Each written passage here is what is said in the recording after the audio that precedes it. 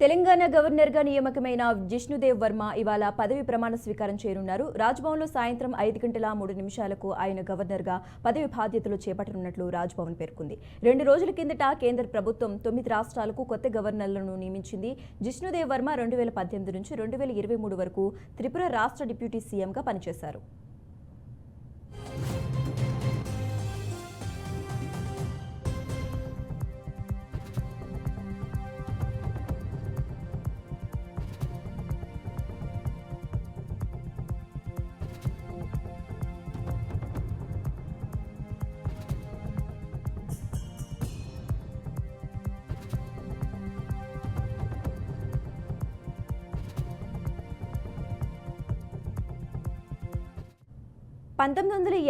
August 15 స్వాతంత్ర దినోత్సవం రోజున జిష్ణుదేవ్ వర్మ జన్మించారు. గతంలో బ్యాడ్మింటన్ అసోసియేషన్ ఆఫ్ ఇండియాకు అధ్యక్షుడిగా సేవలందించారు.